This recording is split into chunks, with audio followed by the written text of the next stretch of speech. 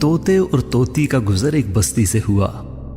उन्होंने देखा कि सारी बस्ती वीरान पड़ी है। तोती ने तोते से पूछा, ये बस्ती वीरान क्यों है? तोते ने जवाब दिया, लगता है यहां से उल्लू का गुजर हुआ है। ऐन उस वक्त एक उल्लू भी वहां से गुजर रहा था। उसने तोते की बात सुनी और वहां रुककर उनसे मुखातिब होकर बोला, तुम लोग इस गांव में मुसाफिर लगते हो। मेरे लिए ये बात बड़े एजाज और खुशी की होगी अगर आज रात तुम लोग मेरे मेहमान बन जाओ और मेरे साथ खाना खाओ। उल्लू की मोहब्बत भरी दावत से तोते का जोड़ा इनकार ना कर सका और उन्होंने उल्लू की दावत कबूल कर ली। खाना खाकर जब उन्होंने रुखसत होने की इजाजत चाही तो उल्लू ने तोती का हाथ पकड़ लिया और कहा, तुम कहां जा रही हो? तोती परेशान होकर बोली, ये कोई पूछने की बात है, मैं अपने खावंद के साथ वापस जा रही हूं।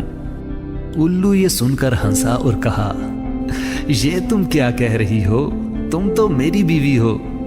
इस पे तोता तोती उल्लू पर झपट पड़े और गर्मा गर्मी शुरू हो गई।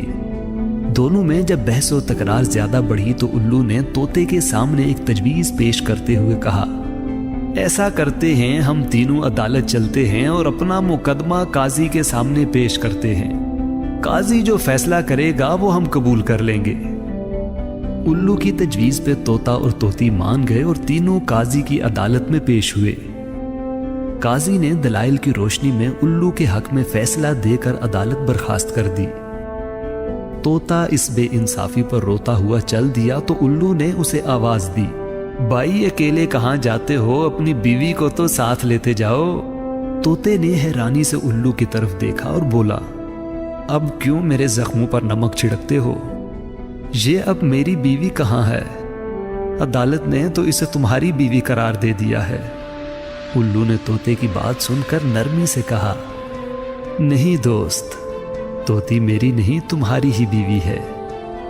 मैं तुम्हें सिर्फ ये बताना चाहता था कि बस्तियां उल्लू वीरान नहीं करते।